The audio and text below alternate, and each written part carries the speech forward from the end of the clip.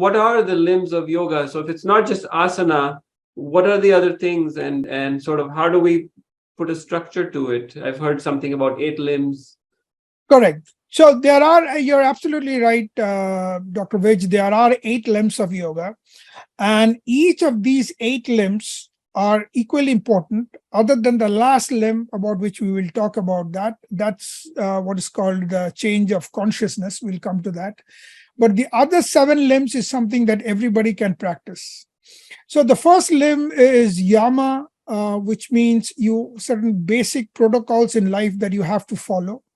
The second is also called niyama, which is again certain basic protocols like you don't steal, you tell the truth. You might say, why is that important? That is important because if I'm telling you a lie, it's amply clear that there are changes in the body and the brain, and that's how actually they use the lie detector for criminals. Mhm. Because we believe that if I'm telling you a lie, it doesn't matter. What does it matter? But what we don't understand is, and that's what yoga or the rishis or the people who discovered yoga thousands of years back understood, that when I lie, there is change in my brain, there's change in my body, there's change even in my skin. And that's what is picked up by the detectors, because lie detectors don't get into your brain to find out if you're lying or not. They find out what is happening with your skin. So there is change in your entire nervous system called the autonomic nervous system. So these yogis who had practiced and meditated for hundreds of years and gathered this knowledge found out that any behavior that is aberrant to our normal living actually decreases your life. When Wow. you get stressed out, when even you something as menial as small as just telling a single lie can actually cause release of chemical from your brain and your skin and your body, certain hormones like cortisol, which can actually decrease your immunity. No wonder that's why Gautama Buddha is supposed to have said, though I don't know if it's actually he or somebody else, that if you live on earth, pain is mandatory, but suffering is optional. So Right. this is niyama and yama. Then comes your asanas, which every of us know, practicing postures. Then comes very importantly breathing techniques called pranayama. So pranayama unfortunately is really not breathing. Pranayama is controlling of pranayama. The person who introduced Eastern philosophy to the West, Swami Vivekananda clearly said that unlike what we think, pranayama is not breathing. Pranayama is controlling the life force. And there are evidences now through science that different breathing techniques can not only change your mentality, change your brain, reconstitute your brain, but also change the activation of your nervous system, including your autonomic nervous system. And there are certain breathing techniques, very esoteric breathing techniques, which if you use, you can increase the release of nitric oxide and such chemicals in your vascular system, which will decrease your chance of having stroke, heart attacks, and a bunch of other vascular problems. So that's pranayama. Then comes pratyahara, which means concentration. And concentration means you bring your mind off all the stressful thing and try to concentrate. And then comes dharana, which is mindfulness. Mindfulness is a practice that you bring your concentration to a single point so that anything that is stressful doesn't get predominance in your brain. And as you practice mindfulness for a long time, we now know that there is complete change in not only brain chemistry, but also firing of neurons inside your brain. That's what is called neuroplasticity. So somebody who's very stressful, who gets stressed out with minimum problems or minimal events, can practice this for 4 to 6 weeks, and there are evidences that not only can he change what predominant neurotransmitter he releases, but also his neuronal firings can be changed inside his brain. And then comes the last but not the least, one of the most powerful technique, which is called meditation or dhyana or meditation. These are the 7 techniques that everybody can practice every day, every minute of their life.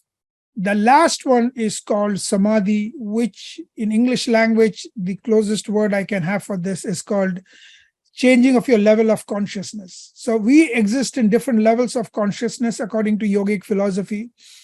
When you practice these techniques, you can change your paradigm of existence to a different level when none of these stressful things affect you at all. And that's called change of consciousness or samadhi. That's the eighth or the complete or the last limb of Ashtanga Yoga.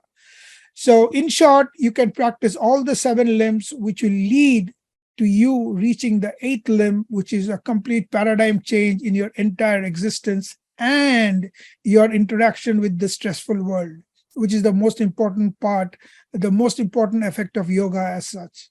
We are stressed out either consciously or subconsciously 24/7, 365. So if we practice yoga only 1 hour a day, of course, it spills into couple of hours. So you are protected by more than that 1 hour. You will be protected for many hours. But if you want to be protected 24/7, 365, you have to be in mindfulness. And mindfulness makes sure that this dangerous chemical that we are talking about, they are lethal chemicals. I mean, like interleukin 6, they damage your heart, they damage your lungs. And we know that from COVID, that these chemicals, when they're released in large amounts, can burn your lungs in 5 days. That's what we saw when COVID first came up. So these chemical release can be decreased or completely erased if you practice mindfulness 24/7, 365. And that's why we say yoga is not going to a gym. You can sit and I'm talking to you, a part of my brain should be completely mindful, because only then I can prevent any form of diseases that you see commonly due to when you don't practice yoga. So yes, it is something that needs to be practiced 24/7, 365. And it's easy to do that. It's just a question of practice. You can do everything that you're doing even better than what you're doing now, because your mind is concentrated. At the same time, you can remain in mindfulness, which will be not only keeping you healthy and happy and disease free, but actually increases your concentration. Because when we do a particular work, 60 to 70% of our brain is thinking about everything else. Oh, what happened? I have to go to school. Tomorrow I have to do this. Day after tomorrow I have to do this. So you're really not concentrating. But when you are mindful, you're not only keeping yourself healthy, but you're also concentrating more on the work you're doing. So of course, the results are much better.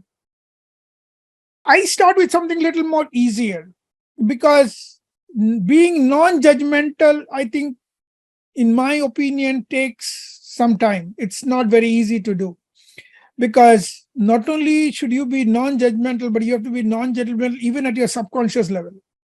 So sometimes what happens, you will see that something happens and suddenly you start feeling not bad, or somebody says something, you don't feel bad. So judgmental or being non-judgmental has also a subconscious connotation, and that takes years to learn. But if I can use a very simple practice, and we know some of these practices, where you try to stay in the now, in the present moment, that itself practice will make sure that with passage of time, as you practice and practice, you'll learn that you'll become non-judgmental automatically. Because in the present moment, there cannot be a judgment. I mean, you can judge whether your past is well, the decisions that you have taken is right or wrong, the guy who spoke to you, whether he behaved properly with you or not. Or you can think about the future and say, what you will do tomorrow, day after tomorrow, will you achieve your goals or not? But if you're in the present moment happening now, slowly you'll learn that being judgmental doesn't make sense, because it's now. So whatever your mind thinks will be the only truth, because you have no control over your past. What has happened has happened. You might try to change it in the future, but you can't change whatever past has happened. You cannot decide your future, because what you decide you're going to do may or may not happen. But what you're doing now, you can completely change, and no God or a super being in the earth or heaven or anywhere else can make you change that, because you're in complete charge of your presence. So that's how I start, and then slowly you get the practice of becoming non-judgmental, and